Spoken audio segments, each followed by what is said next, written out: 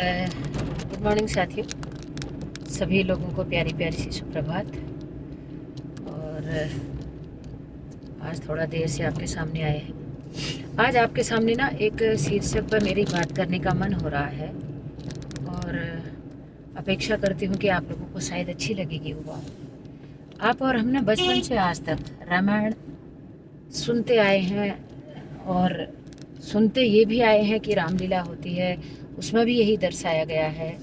रामायण में भी अधिकतर यही दर्शाया गया। कुछ पार्ट ना हमारे जो भी वेद और पुराण में उल्लेखित है उनके कुछ पार्ट हिडन हो जाते हैं, जो कि हमें प्रत्यक्ष रूप से दिखते तो नहीं है। उनका प्रभाव जरूर रहता है हमारे जीवन में, हमारे सारी कथाओं में, व्यथाओं में, सुख में, दुख में, कहीं न कहीं प्रत्यक्ष और अप्रत्यक्ष रूप से जो है उनका जो है वहाँ पर प्रभाव रहता है। तो आपको मैं एक प्रसंग शेयर कर रही हूँ, शायद आप उससे सहमत होंगे। हम सभी लोग मानते हैं कि कैकेयी का स्वभाव जो है खराब था। जो माँ कैकेयी थी तो उनका स्वभाव खराब था। उनके स्वभाव के चलते जो है राम को वनवास हुआ, भरत को राजगद्दी मिली, या भरत को राजगद्दी देने के लिए या राम को वनवास देने के लिए उन्होंने महाराज दशरथ से जो है 2 वचन मांगे थे। और इसीलिए जो है उन 2 वचनों को निभाने की जो है बात पहले ही महाराज जी कह चुके थे, तो इसलिए निभानी भी ज़रूरी थी। हुआ यूँ कि जब राम को वनवास हो गया, भरत की राजगद्दी के लिए बात हो गई, तो माँ कैकेयी गुरु वशिष्ठ के आश्रम में गई। गुरु वशिष्ठ के आश्रम में गई तो गुरु वशिष्ठ ने आश्रम में उनको देखा तो अचंभित हो गए। बोले, माँ कैकेयी आप यहाँ सुबह सुबह, क्या बात? तो माँ ने कहा कि आप तो त्रिकालदर्शी हैं। गुरु वशिष्ठ से कहा, आप तो त्रिकालदर्शी हैं, आप तो सब जानते हैं, तो आप मेरा आगमन का कारण भी जान गए होंगे। तो गुरु वशिष्ठ ने कहा, माता मैं नहीं समझ पाया कि आप क्या कहना चाहती हैं। तो गुरु वशिष्ठ को नहीं समझ आया, लेकिन उनको लगा कि राम को वनवास दे दिया, भरत को राजगद्दी के लिए ये वचन मांग चुकी हैं, लेकिन उसके बावजूद भी यहाँ क्यों आई हैं। तो बोली कि गुरुदेव, क्या आपको भी ये बताने की आवश्यकता पड़ेगी कि मैं आपके आश्रम में क्यों आई? तो उन्होंने कहा, माता मुझे नहीं पता, नहीं मालूम कि आप मेरे आश्रम आने का कारण अगर आप स्वयं बता देंगी तो बहुत बढ़िया है। तो माता ने क्या कहा उसको सुनिएगा, क्योंकि हम लोगों के सामने माता कैकेयी की तस्वीर गलत है। रामायण में उसमें जब रामलीलाएँ चलती हैं, क्योंकि उसका एक पक्ष हमने आपने देखा है, सुना है, जो पीछे का हिडन पार्ट है वो दिखाया भी नहीं जाता है, और वो आज तक शायद मुझे लगता है बहुत कम लोगों को, हम लोगों को मालूम होता है। तो उन्होंने कहा कि राम को वनवास भेज करके मेरा उद्देश्य पूरा हो गया भगवान। तो उन्होंने कहा, मतलब मैं समझ नहीं पाया कि राम को वनवास भेजने का आपका उद्देश्य था क्या? उन्होंने कहा, आप तो त्रिकालदर्शी हैं, मैं पहले भी कह चुकी हूँ, आप त्रिकालदर्शी हैं, कि राम को वनवास देने का कारण आप समझ नहीं पाए। जनता का हित, समाज का हित, समाज के हित के लिए राम का वनवास होना जरूरी था। जब राम छोटा था तो मुझे पता है, आपको भी पता है कि राम कौन है। वो मुझसे तब भी वचन दे चुका था कि आप किसी को नहीं बताएंगे कि मैं इस दुनिया में क्यों आया हूँ। उसने भी मुझसे वचन मांगा था, उसका भी वचन आज पूरा हो गया, मेरा भी वचन पूरा हो गया, और जिस उद्देश्य के लिए राम को वनवास जाना था उद्देश्य भी पूरा हो गया। फिर उन्होंने पूछा, बताइए क्या उद्देश्य था? तब उन्होंने कहा कि रावण को मारना, आतताई जिसने आतंक मचा रखा है समाज में, कई लोगों को नुकसान पहुंचाएगा, उस रावण का वध करना, उस आतताई का अंत होना बहुत जरूरी है। उसके लिए ही राम ने जन्म लिया है, और इसीलिए जो है राम को वनवास भेजना जरूरी था।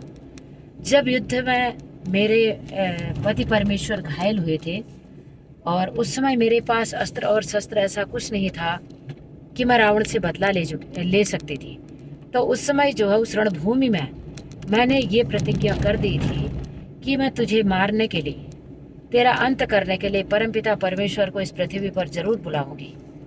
और वही परमपिता परमेश्वर श्री राम, जो मेरे पुत्र के रूप में जो है इस पृथ्वी पर जिसने जन्म लिया है, उसको मैंने वन भेजने का निश्चय किया था।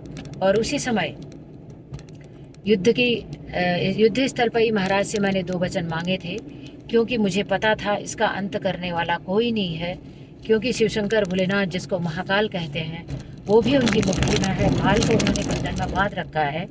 इसीलिए जो है इसको मारने वाला कोई पैदा नहीं हुआ है। तो इसलिए परमपिता परमेश्वर का आह्वान मुझे करना पड़ेगा और श्री राम ने मेरे यहाँ जन्म लिया और आज जो रावण के अंत करने की प्रथम दिन में प्रवेश कर चुके हैं और रावण का अंत हो जाएगा। साथियों, आप यकीन नहीं मानेगा, गुरु वशिष्ठ जिनको त्रिकालदर्शी मानते हैं हम लोगों के, आप लोगों के यहाँ एक गुरु, एक पूज्य संत महात्मा कोई न कोई किसी न किसी के जीवन में जरूर होता है, जिस किसी को आप लोग हम लोग प्रत्यक्ष या अप्रत्यक्ष रूप से फॉलो करते हैं, उनकी बात मानते हैं, हम उनको भगवान का रूप मानते हैं, चाहे वो माता पिता के रूप में हो, चाहे भाई बहन के, चाहे किसी भी संत या महात्मा सज्जन के रूप में हमारी जिंदगी में शामिल होते हैं। तो वही जो है उस सूर्यवंशी दशरथ के परिवार के जो है गुरु वशिष्ठ जो है एक महत्वपूर्ण भूमिका अदा करते थे। तो इसीलिए जो है केकई ने उनको ये बताने के लिए उनके आश्रम में गई और उनको बताया और गुरु वशिष्ठ अवाक रह गए।